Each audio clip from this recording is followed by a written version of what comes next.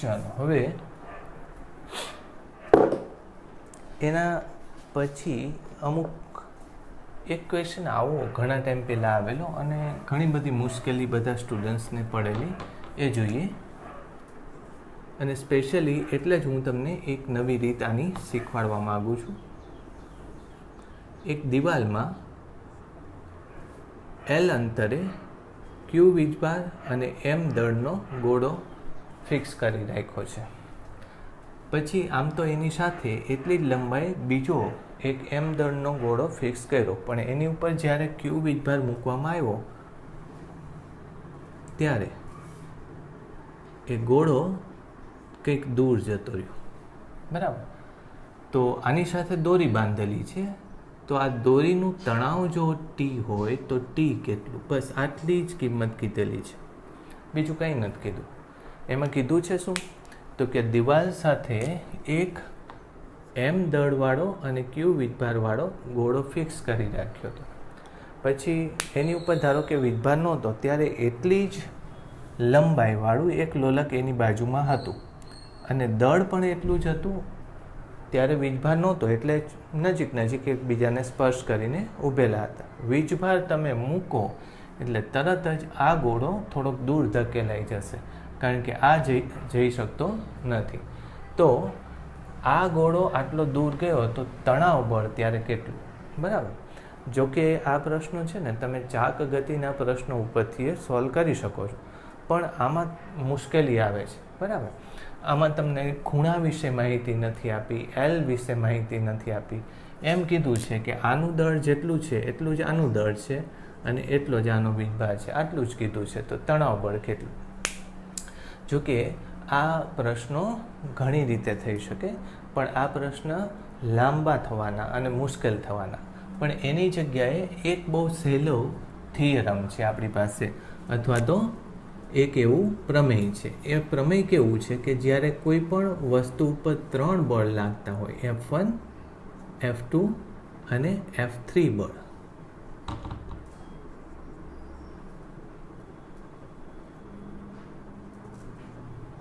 આવા 3 બળ લાગતા હોય અને આ ખૂણાઓ અનુક્રમે θ1, આ θ3 હોય અને આ θ2 હોય, તો તમે સહેલાઈથી આમ લખી શકો F1 ભાગ્યા સાઇન. F1 બળની સામે જે હોય ને એનો ખૂણો, બરાબર. F2 ભાગ્યા સાઇન, F2ની સાથે જે સામે હોય એ બળનો સાઇન, એનો સાઇનના સ્વરૂપમાં ખૂણો લેવાનો અને એવી જ રીતે. બરાબર. સમજો આ એકચ્યુઅલી ફિઝિક્સનું પરિણામ નથી, મેથ્સનું પરિણામ છે કે 3 સદિશો જો એકબીજા સાથે અમુક ખૂણે મૂકેલા હોય અને જો બળ, નેટ બળ,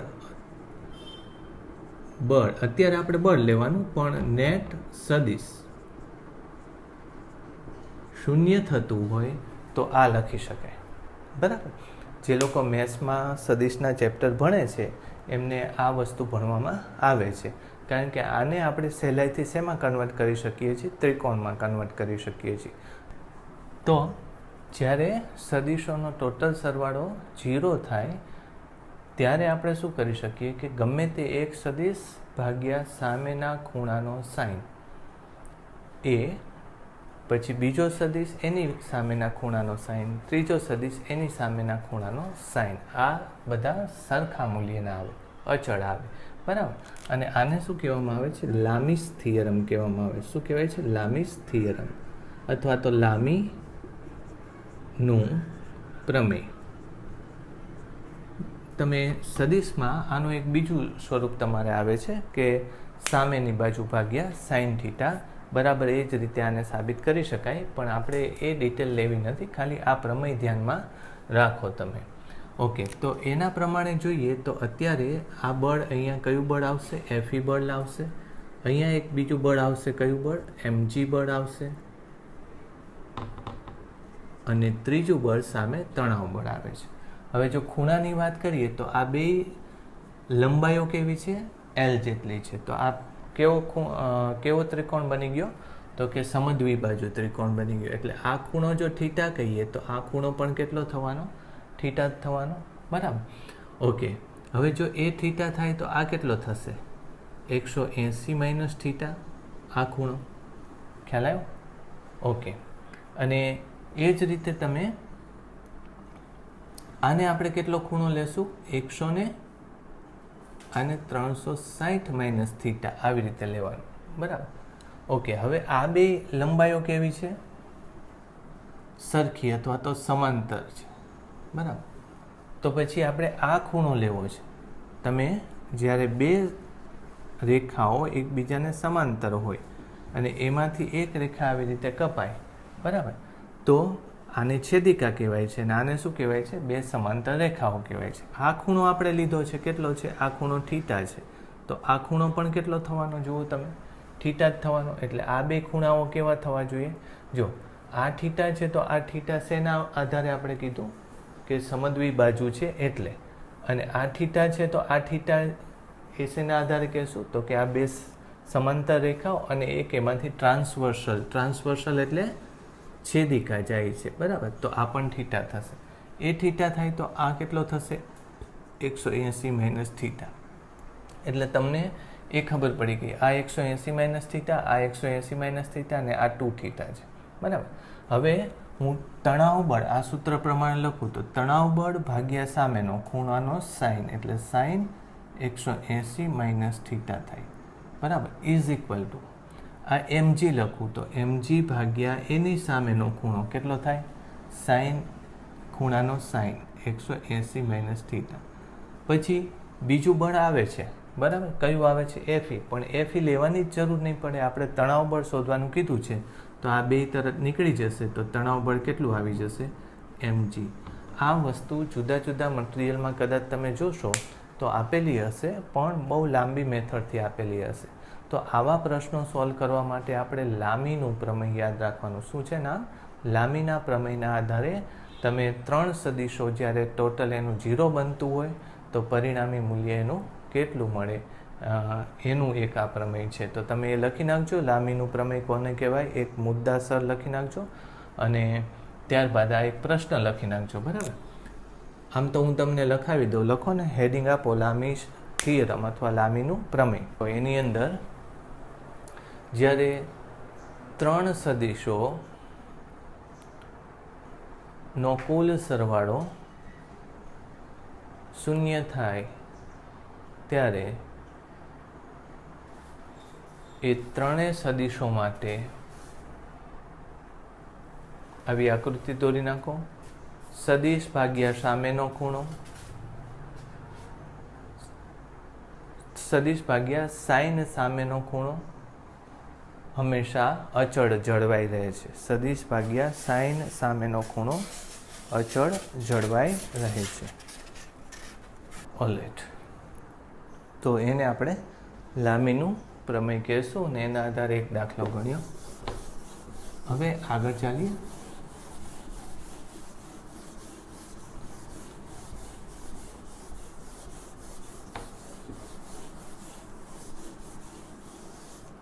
ચલો, હું હવે એક પાછું તમને વધારાની, આપણે જ્યારે બળોની વાત કરીએ ને ત્યારે એક વાત અવારનવાર કરવી પડે છે, એ થોડી આપણે ચર્ચા કરી લઈ. મેં આમ તો શરૂ કર્યું હતું પણ એ કટ કરવું પડ્યું. પહેલાં તો આપણે લખીએ સંતુલન અને પ્રકાર. સંતુલન અને એના પ્રકાર આ ઘણી જગ્યાએ કામ આવશે. ખાલી વિદ્યુત માટે જ વાત નથી કરતા. જ્યારે કોઈ બળ લાગતા હોય સામસામેની દિશામાં પદાર્થ સ્થિર હોય એ જગ્યાએ તો એ પદાર્થ સંતુલનમાં છે એમ કહેવાય. આમ તો સંતુલન માટે બળ અને ટોર્ક બંનેનું કુલ મૂલ્ય કેટલું થવું જોઈએ? 0 થવું જોઈએ. જો પદાર્થ કોણીય ગતિ ન કરે તો, જો પદાર્થ કોણીય ગતિ ન કરે તો કુલ બળ, જેટલા બળ હોય એ બધા જ બળનો કુલ સરવાળો 0 થાય તો એ પદાર્થ કેવો કહેવાય? તો પદાર્થ સંતુલનમાં છે એમ કહેવાય. બરાબર. એટલે આ બહુ સહેલી વસ્તુ છે. પદાર્થ ક્યારે સંતુલનમાં હોય? જો પદાર્થ કોણીય ગતિ ન કરતો હોય તો તમે એમ કહી શકો કે પદાર્થ સ્થિર હોય તો એના કુલ બળનો સરવાળો 0 થયો, એટલે એ સંતુલનમાં છે. હવે સંતુલનના પ્રકાર ઓળખવા માટે આપણે આવી બહુ એક સરળ વાત કરીએ. ધારી લો કે આ ટાઈપનો ઢાળ છે. અહીંયા મેં એક લખોટી મૂકેલી છે, અહીંયા પણ એક લખોટી મૂકી છે, અહીંયા એક લખોટી મૂકી છે. આ લખોટી પણ ગતિ નથી કરતી, આ પણ નથી કરતી ને આ પણ નથી કરતી, બરાબર. એટલે એમની કોણીય ગતિ એ નથી અને રેખીય ગતિ પણ નથી. એટલે બધી જ લખોટી કેવી છે? સંતુલનમાં છે. હવે આ લખોટીને તમે આમ ધક્કો મારો તો એ પાછી આવતી રહેશે, આમ ધક્કો મારો તો દૂર જશે પણ પાછી આવતી રહેશે, બરાબર. જ્યારે આ લખોટીને સેજ ધક્કો મારશો તો આમ દૂર જતી રહેશે, આમ ધક્કો મારશો તો એ આ બાજુ દૂર જતી રહેશે, એટલે પાછી નહીં આવે. એ જગ્યાએ આવવાની વૃત્તિ જ નથી એની, પાછી નહીં આવે, એ જગ્યાથી દૂર જતી રહેશે. જ્યારે આ જગ્યાએથી લખોટીને ધક્કો મારશો તો જે બાજુ જવું હોય, જે બાજુ ધક્કો મારશો તો એ બાજુ જશે, અને કદાચ પાછો ધક્કો મારશો તો પાછી આવી જશે. ટૂંકમાં એને સ્થાનની આ જગ્યાએ પ્રેફરન્સ નથી. આ જગ્યાએ સ્થાનની પ્રેફરન્સ છે કે અહીંયા તો રહેવું જ નથી, આ જગ્યાએ સ્થાનની પ્રેફરન્સ એવી કે અહીંયા જ રહેવું છે. તો આને આપણે સંતુલનના પ્રકારો 3 લેશું, બરાબર. આને શું કહેશું? સ્થાયી રહેવા માગે છે એટલે આને સ્થાયી સંતુલન કહેશું. આ અહીંયા અસ્થાયી છે એટલે આને અસ્થાયી કહેશું. અને અહીંયા કોઈ એવી પ્રેફરન્સ જ નથી એટલે તટસ્થ છે, બરાબર, એમ કહેશું. સ્થાયી એટલે સ્ટેબલ ઇક્વિલિબ્રિયમ. સંતુલનને શું કહેવાય? ઇક્વિલિબ્રિયમ કહેવાય. શું કહેવાય? ઇક્વિલિબ્રિયમ. અને એના પ્રકારમાં આને શું કહેશું? સ્ટેબલ ઇક્વિલિબ્રિયમ, આને અનસ્ટેબલ ઇક્વિલિબ્રિયમ અને આને ન્યુટ્રલ ઇક્વિલિબ્રિયમ એવું કહેશું. 3 ટાઈપના એમાં સંતુલન હોય: સ્ટેબલ, અનસ્ટેબલ અને ન્યુટ્રલ. મારા ખ્યાલથી આ તમને સમજ પડી ગઈ. ઓકે, એક બીજી વાત કે સ્થાયી સંતુલન હોય તો તમને ખબર પડી ગઈ કે એને સ્થાનથી ખસેડો તો પોતાના પાછા સ્થાને એ જ જગ્યાએ આવવાની કોશિશ કરે. આ બાજુ ખસેડો તો આ જગ્યાએ આવવાની કોશિશ કરે. એનો મતલબ એમ કે સ્પ્રિંગ જેવું છે કે આ સ્પ્રિંગમાં કોઈ પદાર્થ સ્થિર હોય ને આને હું ધક્કો મારું તો એ આ રીતે સતત એનું દોલન થાય. એટલે કે અહીંથી આમ ધક્કો મારું તો એ પાછો આવીને અહીંયા ઊભો ન રહે. શું કામ? કારણ કે એને જેમ ધક્કો મારશું એમ એનામાં સ્થિતિ ઉર્જા જમા થાય છે, અને લઈ લઈશ તો તરત એ પાછું આ રીતે સ્થિતિ ઉર્જા જમા થશે, અને લઈ લઈશ તો પાછું એ મૂળ જગ્યાએ આવશે. પણ સ્થિતિ ઉર્જા એને ગતિ ઉર્જામાં ફેરવે ત્યારે આ જગ્યાએ એની ગતિ ઉર્જા મહત્તમ હોય, એટલે ત્યાં તરત બ્રેક મારીને ઊભું ન રહી શકે, એટલે ત્યાં એનું શું થાય? દોલન થાય. તો પહેલી વસ્તુ આ. પછી એના સંતુલન કયા કયા? સંતુલનના પ્રકાર કયા કયા છે આ લખવાનું છે તમારે. એક છે સ્થાયી, બીજું છે અસ્થાયી, ત્રીજું છે તટસ્થ, બરાબર. હવે સ્થાયીને હેડિંગ આપજો. આટલું લખ્યા પછી આટલું લખી નાખો, પછી સ્થાયીને હેડિંગ આપો એટલે એમાં હું લખાવું સ્થાયી સંતુલન કોને કહેવાય. સ્થાયી સંતુલન એ પદાર્થની એ સ્થિતિ છે, લખવાનું છે એમાં. સ્થાયી સંતુલન પદાર્થની એ સ્થિતિ છે કે જેમાં પદાર્થને સ્થાનાંતરિત કરવાથી પદાર્થ એ સ્થાને પાછો આવવાની કોશિશ કરે, એટલે મૂળ સ્થાને પાછો આવવાની કોશિશ કરે. એને આપણે શું કહેશું? સ્થાયી સંતુલન કહેશું, બરાબર. એ જ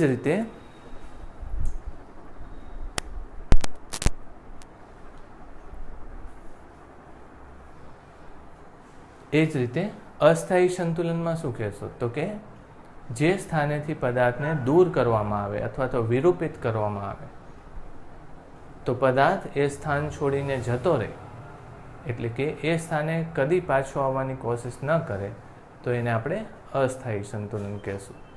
અને એ જ રીતે તટસ્થ સંતુલનમાં શું લખશું? તો કે પદાર્થને પોતાના સંતુલનવાળા સ્થાનમાંથી વિરૂપિત કરવામાં આવે તો બળ જેટલું લાગ્યું હોય એટલો એ સ્થાનાંતરિત થાય અને નવું સ્થાન પ્રાપ્ત કરે. ટૂંકમાં એ દૂર પણ જવા નથી માંગતો, નજીક પણ નથી આવવા માંગતો, એટલે એને શું કહીએ છીએ? તટસ્થ સંતુલન કહીએ છીએ. ખ્યાલ આવી ગયો? ઓકે. હવે એક બીજી વાત કે સ્થાયી સંતુલન આપણી માટે ખૂબ અગત્યનું છે. શું કામ? જ્યારે સ્થાયી સંતુલન રચાય છે ત્યારે પદાર્થ પોતાના નિયત સ્થાનની આસપાસ દોલન કરવા માગે છે, બરાબર. તો દોલન થાય તો દોલનનો આવર્તકાળ થાય. એટલે ફરીથી લખશું સ્થાયી સંતુલન માં પદાર્થ દોલન કરવા લાગે, બરાબર. અને દોલન કરે તો આપણે એનો દોલનનો આવર્તકાળ મેળવવા માંગશું. એટલે આટલી વાત મેં સમજાવ્યા બાદ હવે આપણે વિદ્યુત ભારનું સંતુલનની વાત કરીએ, રાઈટ? ચાલો, ઓકે. તો હવે આપણે જે સંતુલનના પ્રકાર લીધા એના આધારે વિદ્યુતની અંદર સંતુલનમાં એટલે વિદ્યુત ભારોના કેસમાં સંતુલનો અને આવર્તકાળ કેવી રીતે મેળવાય એની આપણે વાત કરીએ. તો કે જો કે થોડોક આપણે ટોપિક આમાં મોટો છે, તો એ કદાચ આવતી વખતે પણ આપણે એનો અડધો ભાગ લેવો પડે. જો સૌથી પહેલાં તો સંતુલનની આવી ડિસ્કશન કરીએ છીએ આપણે ઘણીવાર કે જો ક્યુ વીજભાર હોય, અહીંયા ક્યુ વીજભાર હોય, બરાબર વચ્ચેના બિંદુ ઉપર બીજો કેપિટલ ક્યુ વીજભાર મૂકો તો કેપિટલ ક્યુ વીજભાર ઉપર લાગતું બળ કેટલું થશે? ટોટલ બળ 0 થશે. શું કામ? કે આખી લંબાઈ જો L હોય તો આ લંબાઈ L/2 થશે. આનું બળ F બરાબર K Q ના છેદમાં L/2 આખાનો સ્ક્વેર. પહેલાંનું બળ આટલું એટલે ટોટલ બળ આને લીધે લાગતું બળ આ દિશામાં, આને લીધે લાગતું બળ આ દિશામાં, બંને બળ પરસ્પર વિરોધી એટલે ટોટલ બળ 0 થાય. આ બળ જો ઋણ હોય તો આને લીધે લાગતું બળ આ થાય, આને લીધે લાગતું બળ આ થાય, તો એ બંને બળ વિરોધી છે એટલે ટોટલ બળ 0 થશે, રાઈટ? તો આવા ક્વેશ્ચન આવે છે કે અહીંયા આ પદાર્થ સંતુલનમાં હોય. ફરીથી જો કેલ્ક્યુલેશન આમ જ કરીએ આપણે, હું ફરીથી એ આકૃતિ દોરું. આપણે નાના મોટા 4 કિસ્સા સમજી લઈએ એટલે બહુ ઇઝીલી તમને ખબર પડશે કે બે વીજભારના કિસ્સામાં સંતુલન કઈ રીતે લઈ શકાય. અહીંયા ધારો કે હું ક્યુ વીજભાર મૂકું તો આ વીજભાર સંતુલનમાં હોય,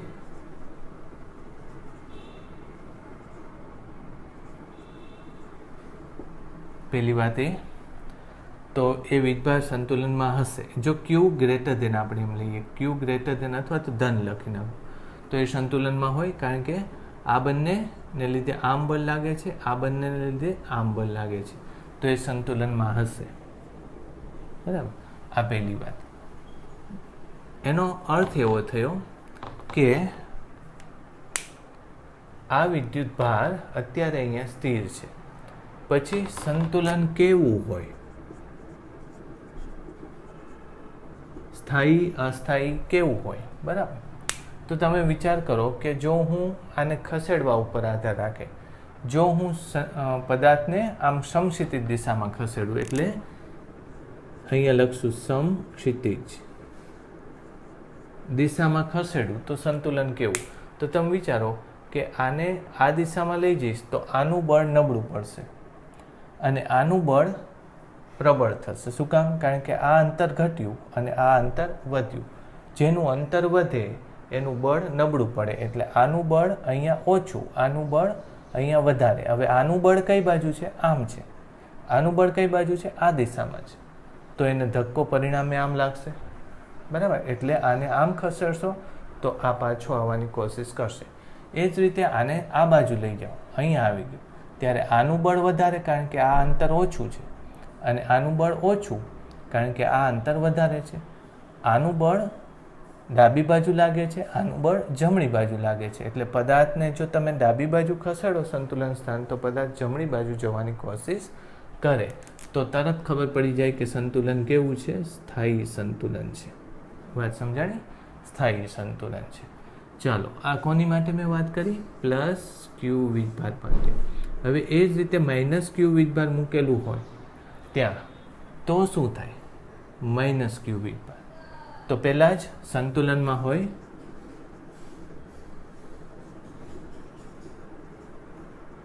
તો હા, કારણ કે આને લીધે લાગતું બળ આમ છે, આ બેને લીધે આને લીધે લાગતું બળ આ દિશામાં છે, આકર્ષી બળ છે. આ બેનું બળ કયું છે? આકર્ષી. તો પાછા વિરોધી દિશામાં છે, સરખા મૂલ્યના બળ છે, એટલે પરિણામે સંતુલનમાં હશે. આવું થશે. હવે એ જ રીતે સમક્ષિતિજ જ લઈએ.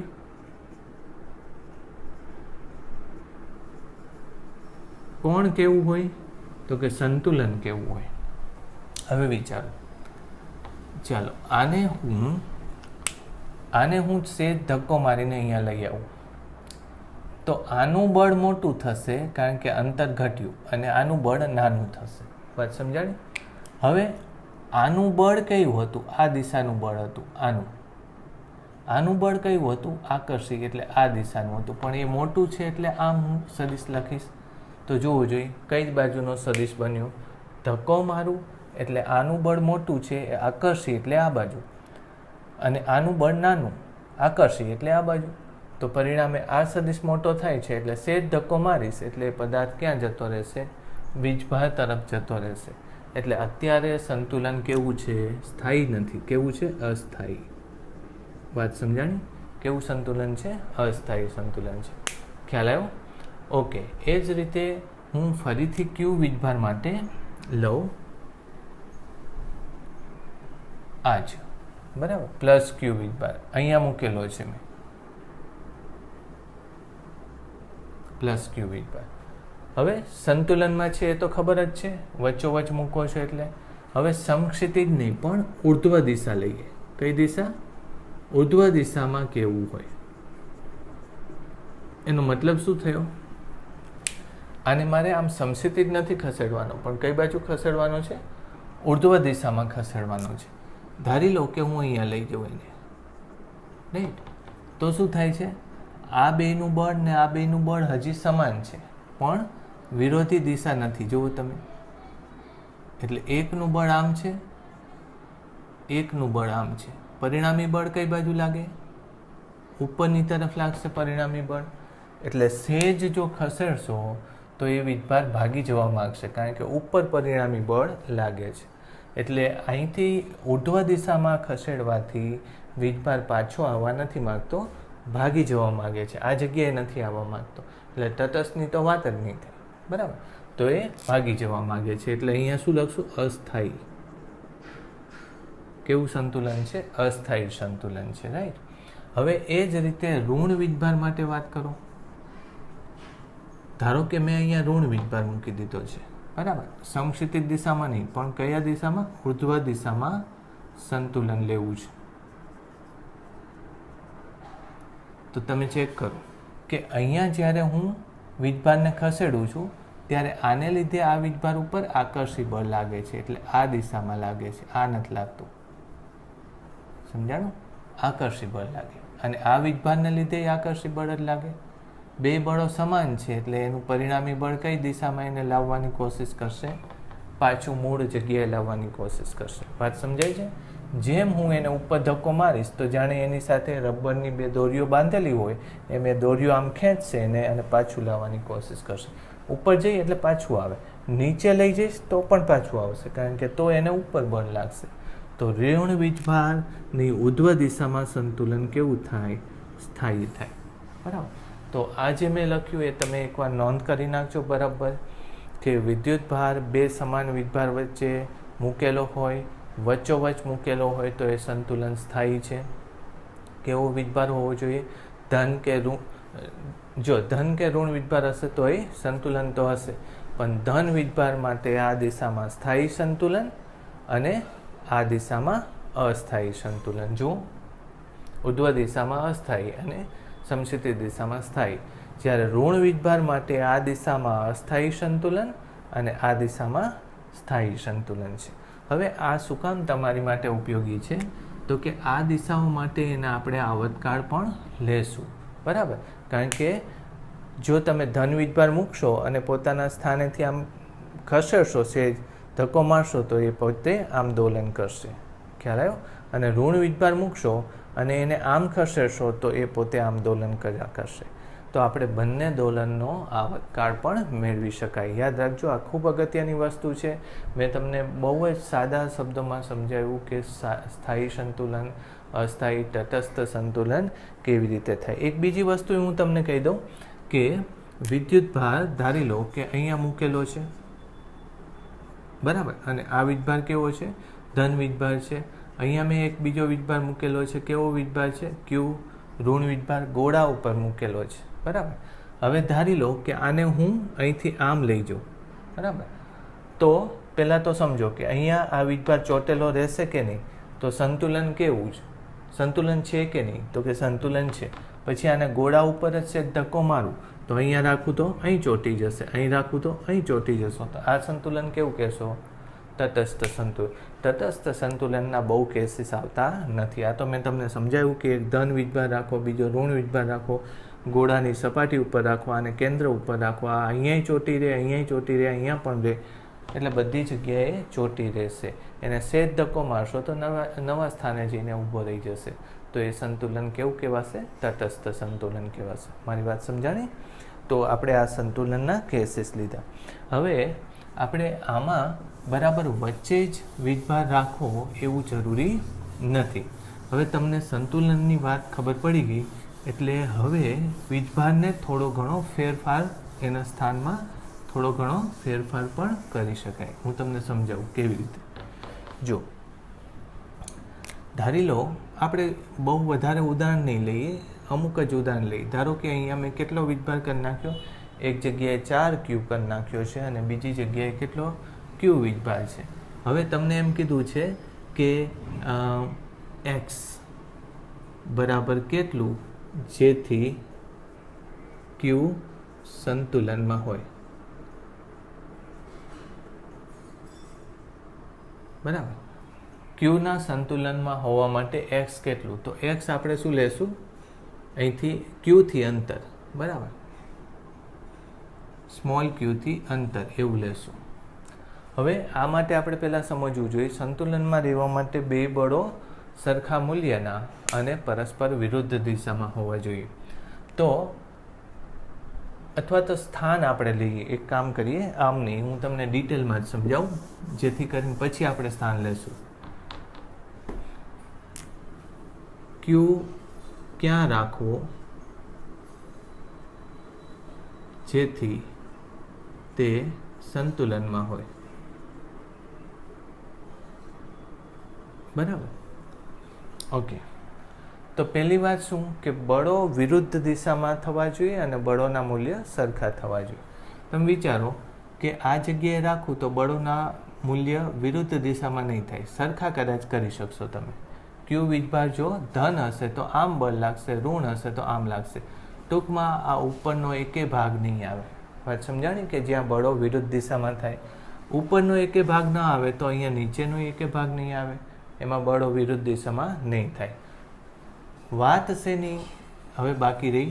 તો કે રેખા ઉપર. રેખા ઉપર તમે ધારો કે આ જગ્યાએ હોય તો તમારા વીજભાર ઉપર આ દિશામાં બળ લગાડે છે અને આ દિશામાં લગાડશે જો ધન વીજભાર હોય તો, બરાબર, બે અપાકર્ષી લગાડશે. જો ઋણ હોય તો બે આકર્ષી લગાડશે. એટલે આનું બળ પણ આ બાજુ, આનું બળ પણ આ બાજુ. એનો મતલબ એમ કે આ બાજુ બંને બળોની દિશા જુદી નથી થતી. એવું જ આ બાજુ થવાનું, તો પછી એમાંય બંને બળોની દિશા વિરુદ્ધ કોઈ દિવસ નહીં થાય. તો હવે વચ્ચેની વાત જ બાકી વધી. જોઈ લો. અહીંયા ધન વીજભાર મૂકું તો ધન આ બાજુ લાગશે, ધન અને ધન આ બાજુ લાગશે. તો ત્યાં બળો વિરુદ્ધ દિશામાં થાય છે. એટલે હવે દિશા કઈ બાકી વધી? બંનેની વચ્ચેની દિશા જ એવી દિશા છે, અથવા તો બંનેની જોડતી રેખા ઉપર જ આનું સ્થાન હોઈ શકે. ત્યાં એવી જગ્યાઓ છે કે ત્યાં જ બળોની દિશા વિરુદ્ધ થાય. બરાબર. ચાલો હવે એને આપણે પછી શબ્દોમાં લખવું પડશે. બરાબર. પણ હું તમને ખાલી સ્થાનોનું ઇન્ડિકેશન આપી દઉં કે બંનેની વચ્ચેની જગ્યાઓમાં જ ક્યાંક આવો વીજભાર ગોઠવવો પડશે. જો હવે એ એક પોઈન્ટ બનાવી લીધો કે જો આ બે ધન વીજભાર હોય તો વચ્ચે ધન હોય તોય ચાલે અને ઋણ હોય તોય ચાલે. આ બે ઋણ હોય તો પણ વચ્ચે ધન હોય અને ઋણ હોય તોય ચાલે. એટલે આપણે એમ લખીએ, છેડાના બંને સમાન સંજ્ઞા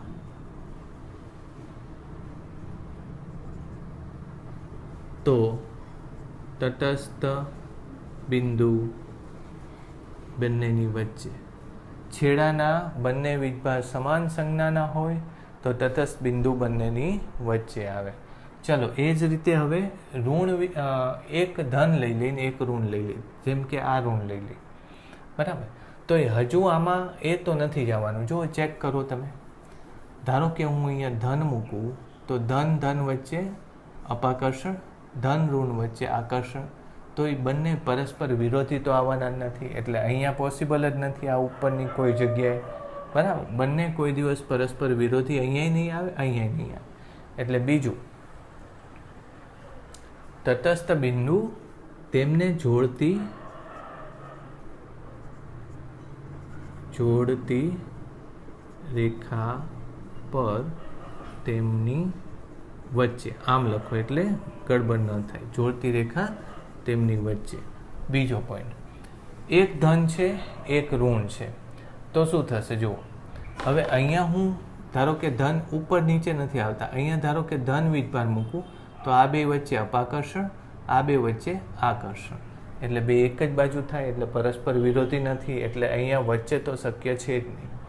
તો વાત અહીંયા ધારો કે ધન મૂકું તો ધન ધન વચ્ચે અપાકર્ષણ, ધન ઋણ વચ્ચે આકર્ષણ, એટલે અહીંયા પરસ્પર વિરોધી થાય છે.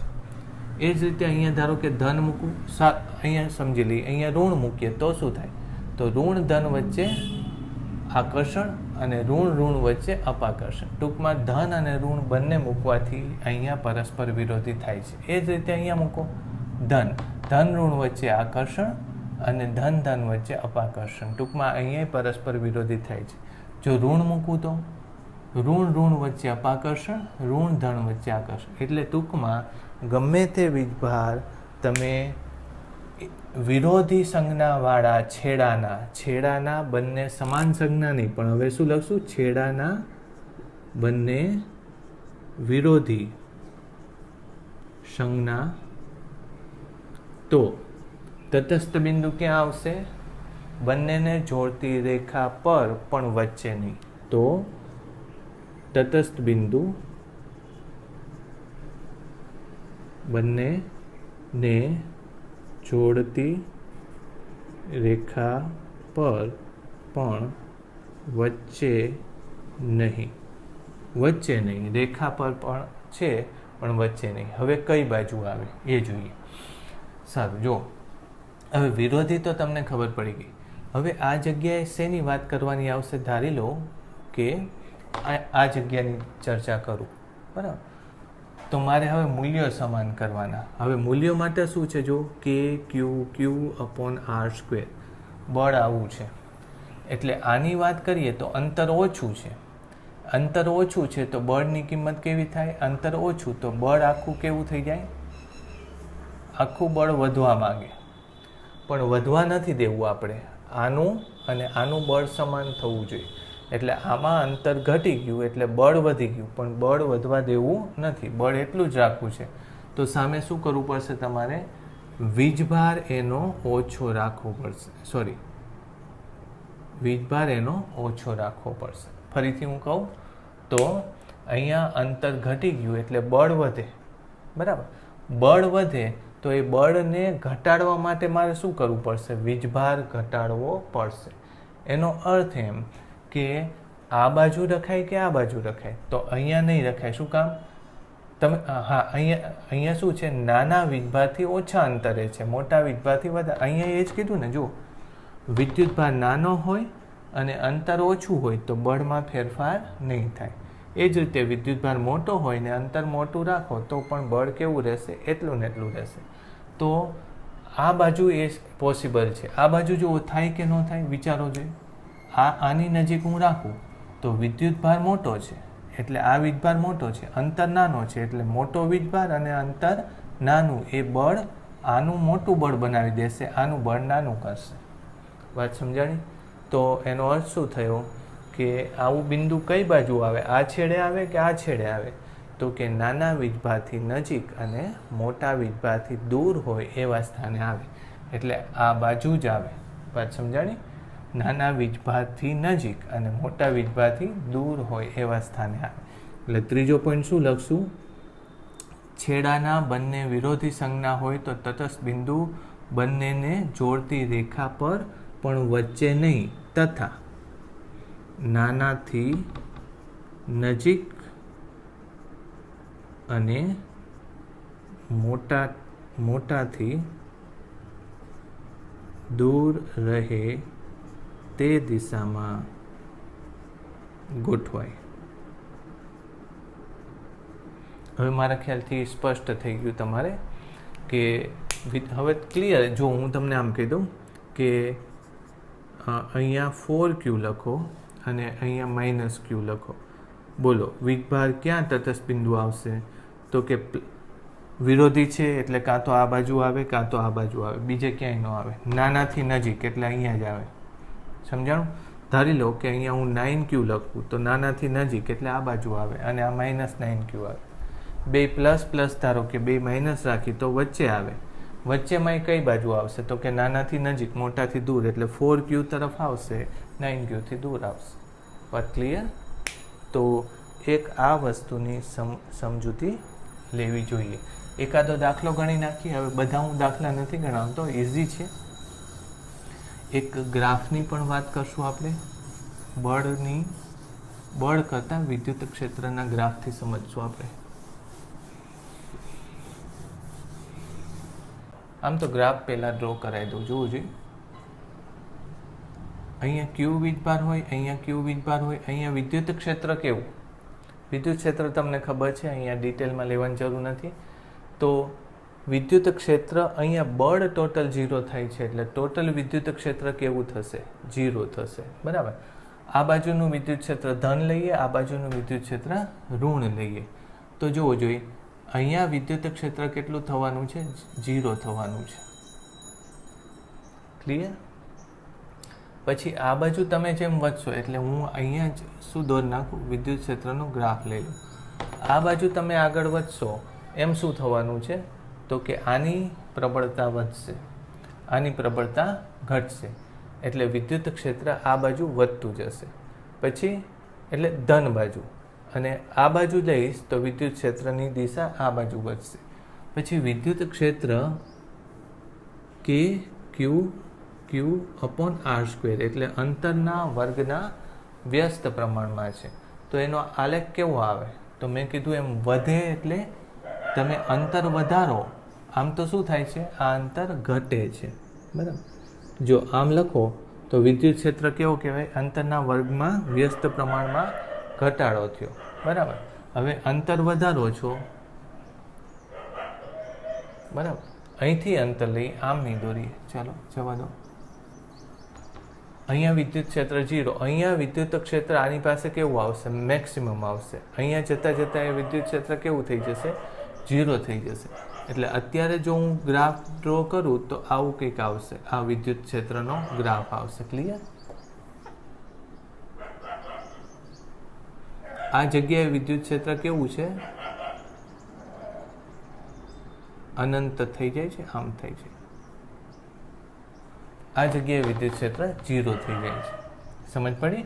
આની નજીક જેમ જાઓ છો એમ વિદ્યુત ક્ષેત્ર કેવું થઈ જાય છે? મેક્સિમમ થતું જાય છે, અહીંયા 0 થતું જાય છે. તો એવું જ તમે આની માટે ડ્રો કરી શકશો. જોવું જોઈએ વિદ્યુત ક્ષેત્ર આમ થઈ જશે. વાત સમજ પડી?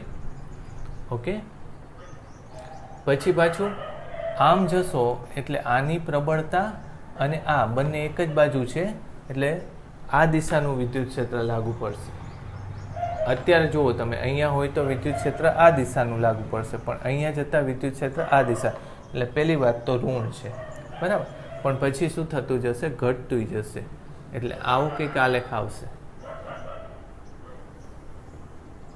અનંતથી લઈને અનંત દિશામાં ઋણ થઈ જશે. આમાં બોલો, આમાં આ દિશામાં જશો તો વિદ્યુત ક્ષેત્ર આમ છે. અહીંયા જો હશે તો વિદ્યુત ક્ષેત્રની પ્રબળતા આમ છે એટલે ઋણ છે. જ્યારે અહીંયા આવશો તો વિદ્યુત ક્ષેત્રની પ્રબળતા આમ છે એટલે ધન થઈ જશે અને એ તે અનંતથી ચાલુ થઈને આમ થશે. એટલે આ મેં શેનો આલેખ દોર્યો? વિદ્યુત ક્ષેત્ર વિરુદ્ધ સ્થાનનો આલેખ દોર્યો અને બે વીજભાર આમ મૂકેલા હોય તો. હવે આ આલેખ ઘણી રીતે તમને કામમાં આવે. કેવી રીતે હું સમજાવું? તમે આ બિંદુથી આ તરફ જાઓ છો તો આની પ્રબળતા, આનું પ્રભુત્વ વધે છે. બરાબર. પછી એ જ રીતે આ જગ્યાએ પણ આનું જ પ્રભુત્વ રહે છે. જ્યારે આ બિંદુથી આ બાજુ આનું પ્રભુત્વ વધે છે, કોનું? આનું, અને આનું પ્રભુત્વ અહીંયા કાયમ રહે છે. હવે સમજો કે મેં જો આને 4q વીજભાર કરી નાખ્યો હોય તો શું થશે? તો બહુ ફેર નથી પડતો. 4q એટલે તટસ્થ બિંદુ અહીંયા ક્યાંક આવે, આમ આવે.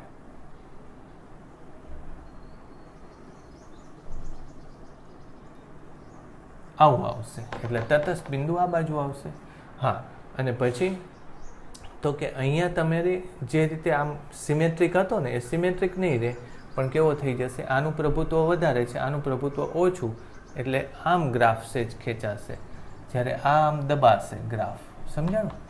એટલે એકને ધન રાખવું, બીજાને ધન રાખવું, એકને ઋણ, બીજાને ઋણ, એકને મોટો કરું, બીજાને નાનો કરું, તો આ બિંદુ અહીંયા શિફ્ટ થઈ જશે. બાકી ગ્રાફમાં કંઈ ફેર પડતો નથી. બરાબર? ગ્રાફ એવો જ આવે.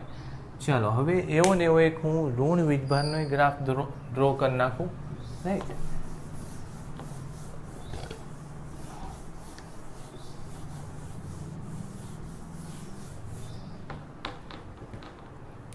જો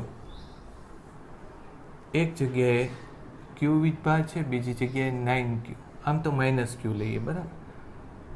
ઓકે. હવે આલેખ દોરવાનો છે શેનો? વિદ્યુતભારનો. તો તમને ખબર છે કે તટસ્થ બિંદુ ક્યાં આવવાનું છે?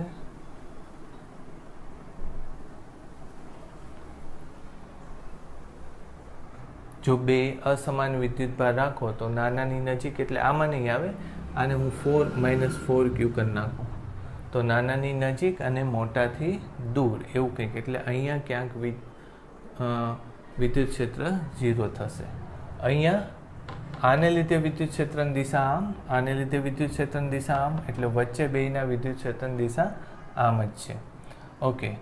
હવે અહીંયા વિદ્યુત ક્ષેત્ર અનંત હોય, આ બિંદુ ઉપર પણ વિદ્યુત ક્ષેત્ર અનંત હોય, તો એનો મતલબ એમ કે વચ્ચે વિદ્યુત ક્ષેત્ર ઘટતું જતું હશે. જો ફરીથી હું કહું કે બંને વિદ્યુતભારો જો અસમાન હોય તો વચ્ચેના વિસ્તારમાં વિદ્યુત ક્ષેત્રની દિશા આમ જ છે, એટલે ધન છે. આ જગ્યાએ હું બિંદુ મૂકી દઉં, ધન કે ઋણ વીજભાર મૂકી દઉં, તો અનંત બળ લાગશે. આ જગ્યાએ પણ અનંત બળ, એટલે અહીંયા વિદ્યુત ક્ષેત્ર અનંત, અહીંયા વિદ્યુત ક્ષેત્ર અનંત, વચ્ચે અનંત નહીં રહે. તો પછી કેવો આલેખ આવશે? આવું કંઈક આલેખ આવશે. ખ્યાલ આવ્યો? બંનેના વચ્ચેના વિસ્તારમાં આવો આલેખ આવશે. જો મેં બંને વીજભાર સમાન રાખ્યા હોય તો આ વચ્ચેનું બિંદુ એક્ઝેક્ટ અહીંયા મીટ થશે. ખ્યાલ આવ્યો? જો પછી હા એવું બને કે અહીંયા ક્યાંય વિદ્યુત ક્ષેત્ર વચ્ચે સમાન જ રાખી લઈએ અત્યારે. બરાબર?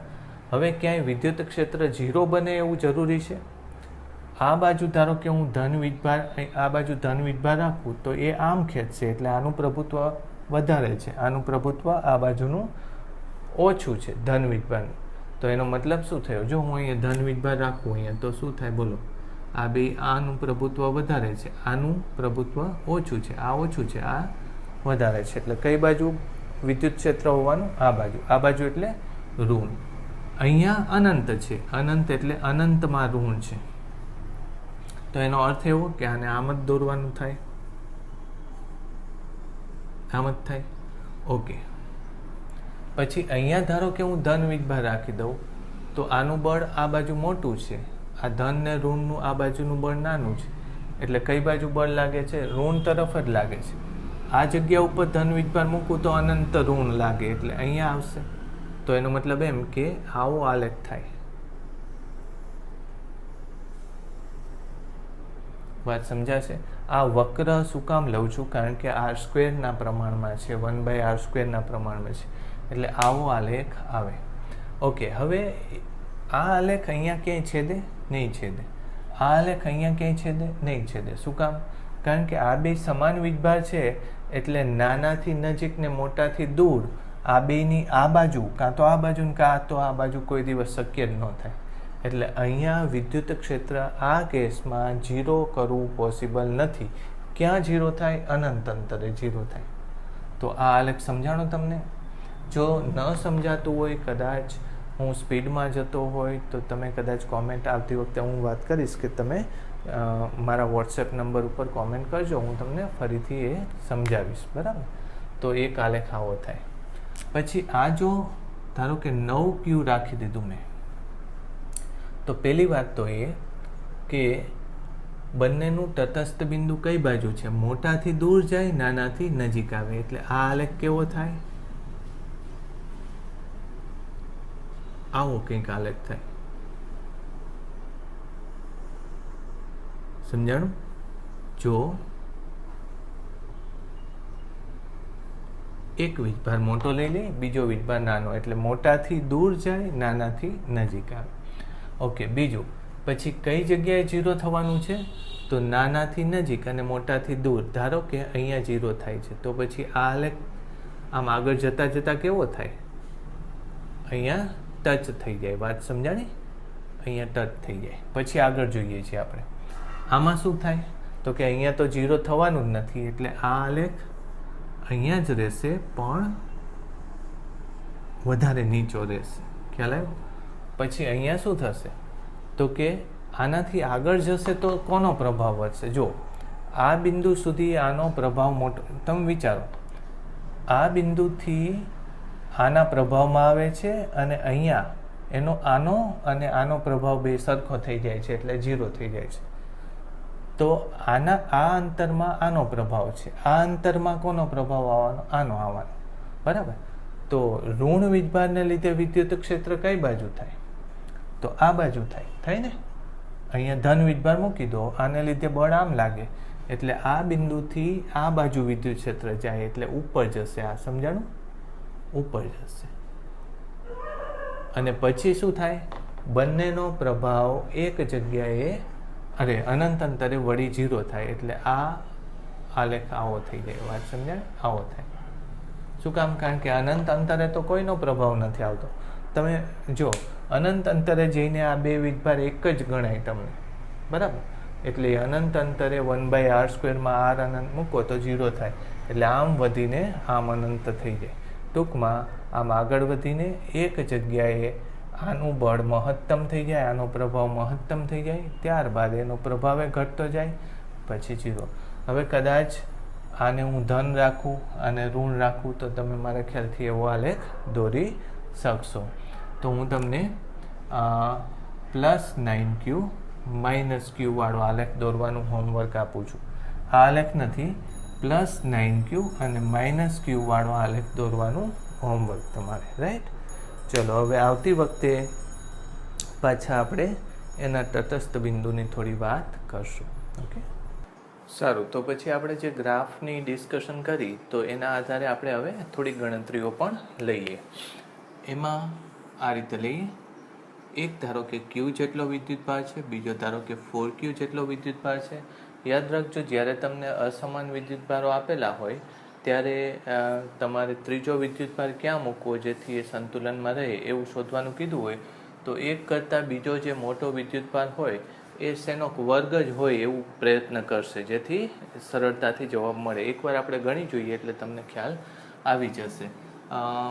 મારા ખ્યાલથી પ્લસ બંને સમાન વિદ્યુતભારો લેવાનો આમ તો ચલો ઝડપથી લઈ લઈ, આમ કંઈ અર્થ નથી. પણ મેં તમને શું કહ્યું હતું કે નાના વીજભારની નજીક, મોટા વિદ્યુતભારથી દૂર, બંને ધન હોય તો બંનેની વચ્ચે. એટલે અહીંયા ક્યાંક વિદ્યુતભાર હોય, આ અંતરને આપણે x કહી દઈએ. આખું અંતર ધારી લો કે તમને 1 મીટર આપેલું છે, બરાબર. અને તમને કહ્યું છે કે Q નું સ્થાન શું, જેથી તે સંતુલન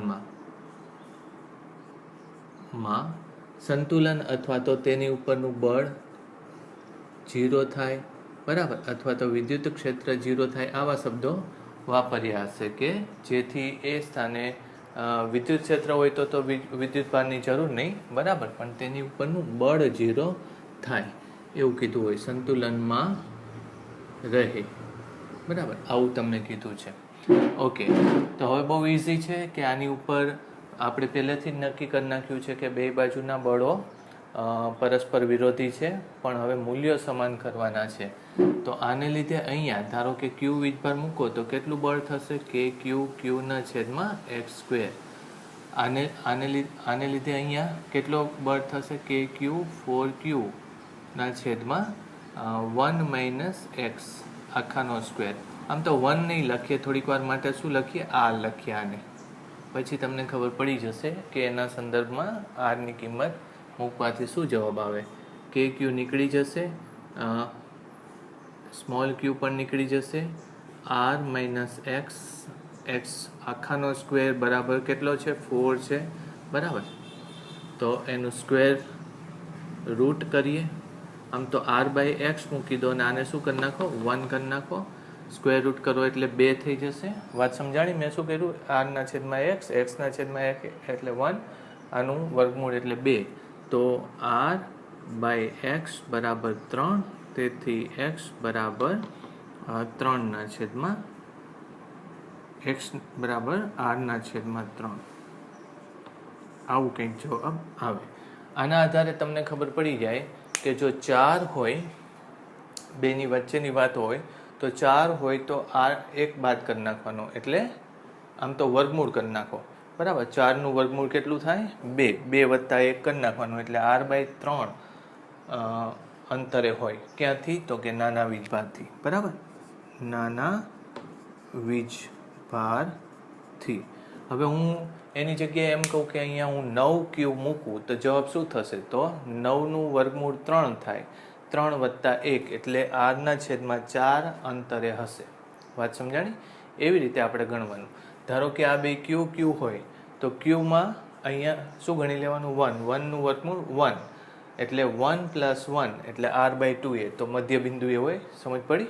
તો આ એની એક શોર્ટ ટ્રીક થઈ કે મેં તમને શું કહ્યું? તમને જ્યારે બે વિદ્યુતભારો આપેલા હોય, બે વિદ્યુતભારો સમાન સંજ્ઞાવાળા હોય, ત્યારે શું કરવાનું?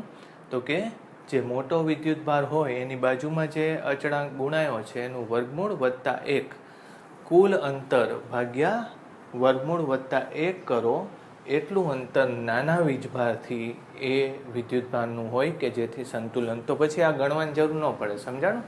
એટલે તમે યાદ રાખજો. ફરીથી હું જે કહું છું, અહીંયા જો 9 હશે તો તમે શું જવાબ લખશો? 9નું વર્ગમૂળ 3 વત્તા 1 એટલે 4.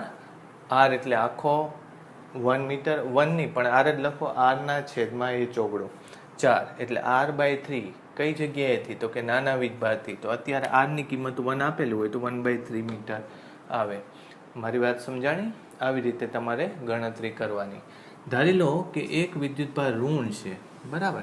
આવી રીતે છે. એક ક્યુ છે, -4Q છે. તો એકવાર એ પણ ચેક કરી લઈએ કે આ જ જવાબ આવે કે બદલાઈ જાય.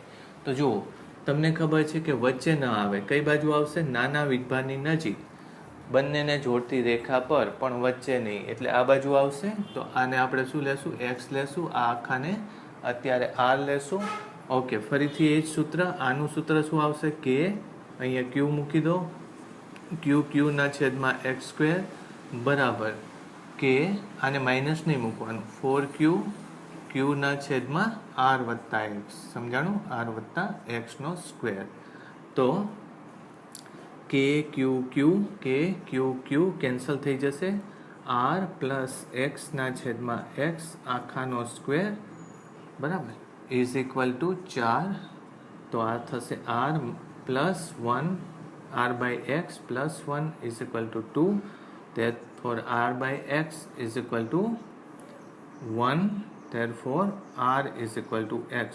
x is equal to r. ચાલો હવે આને કેવી રીતે સમજશું? એટલે અહીંયા 1 મીટર હોય તો આ પણ કેટલા મીટરે આવશે? 1 મીટરે આવશે એમ કહે છે, બરાબર. હવે આમાં એવો નિયમ બનાવવો હોય તો કયો નિયમ બનાવશો તમે? તો આ જે છે, જ્યારે અસમાન સંજ્ઞા હોય ત્યારે મોટા વિદ્યુતભારની બાજુમાં જે અચળાંક હોય એનું વર્ગમૂળ કરવું ને એમાંથી બાદ કરવું. જ્યારે બે વચ્ચેની વાત હોય તો એમાં સરવાળો કરો. એટલે મોટા વીજભાર કેટલો છે? 4. 4માંથી 1 બાદ 4નું વર્ગમૂળ એટલે 2. 2માંથી 1 બાદ કરો એટલે કેટલું આવશે? 1.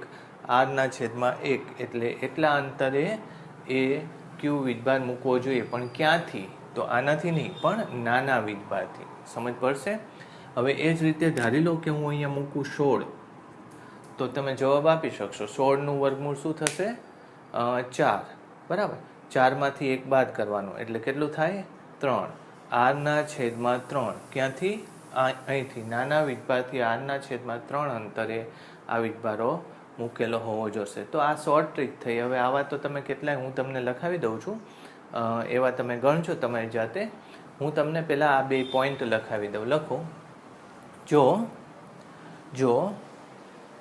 સમાન સંજ્ઞાવાળા વિદ્યુતભારો સમાન સંજ્ઞાવાળા પણ અસમાન મૂલ્યવાળા સમાન સંજ્ઞાવાળા પણ અસમાન મૂલ્યવાળા વિદ્યુતભારોના તંત્રમાં ત્રીજો વિદ્યુતભાર મૂકવાનો હોય જેથી તે સંતુલનમાં રહે, તો મોટા વિદ્યુતભાર સાથેનો સહગુણક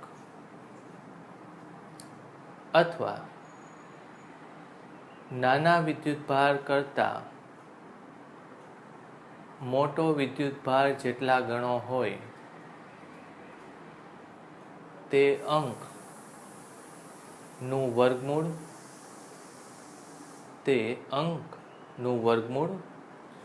+1 જે અંક આવે તેના વડે બંને વિદ્યુતભાર વચ્ચેનું અંતર ભાગવાથી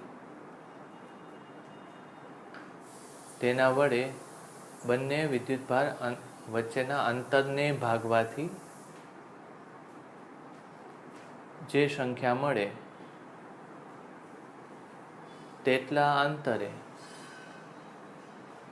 ત્રીજો કોઈ પણ ધન કે ઋણ વિદ્યુતભાર નાના વીજભારથી બંનેને જોડતી રેખા વચ્ચે આટલા અંતરે મૂકવું. બરાબર. એટલે ગણતરી કરવાની જરૂર નહીં પડે. હવે બીજું આપણે અસમાન સંજ્ઞાવાળા એ લખી લઈએ. લખો.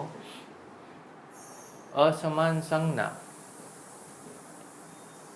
તથા અસમાન મૂલ્ય ના 2 વિદ્યુતભારના તંત્ર વચ્ચે ત્રીજો વિદ્યુતભાર એવી જગ્યાએ મૂકવો જેથી તેના પરનું બળ કે તે પોતે સંતુલનમાં રહે. આ માટે મોટા વિદ્યુતભારનો સહગુણક કે નાના વીજભાર કરતાં મોટો વિદ્યુતભાર કેટલા ગણો છે તે અંક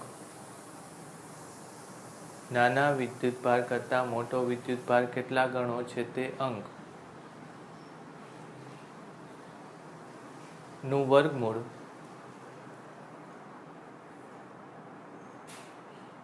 લઈ તેમાંથી 1 બાદ કરતા જે અંક મળે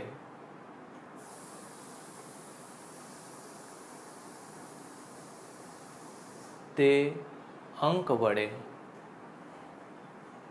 બંને વિદ્યુતભાર વચ્ચેના અંતરને ભાગવાથી જે મૂલ્ય મળે તેટલા અંતરે ત્રીજો વિદ્યુતભાર નાના વિદ્યુતભારથી પણ બંનેને વચ્ચે નહીં તથા બંનેને જોડતી રેખા પર મૂકવામાં આવે છે. જો બંનેને જોડતી રેખા પર પણ વચ્ચે નહીં એટલે નાના વીજભારથી નજીક આ બાજુ જ જવાય, આ બાજુ જવાય નહીં. આ મેં તમને સમજાવી દીધું. હવે તમારી રીતે આવા પ્રશ્નો ના જવાબ તમે મેળવી શકો. 1-2 જોડ હું તમને એવી રીતે લખી દઉં છું.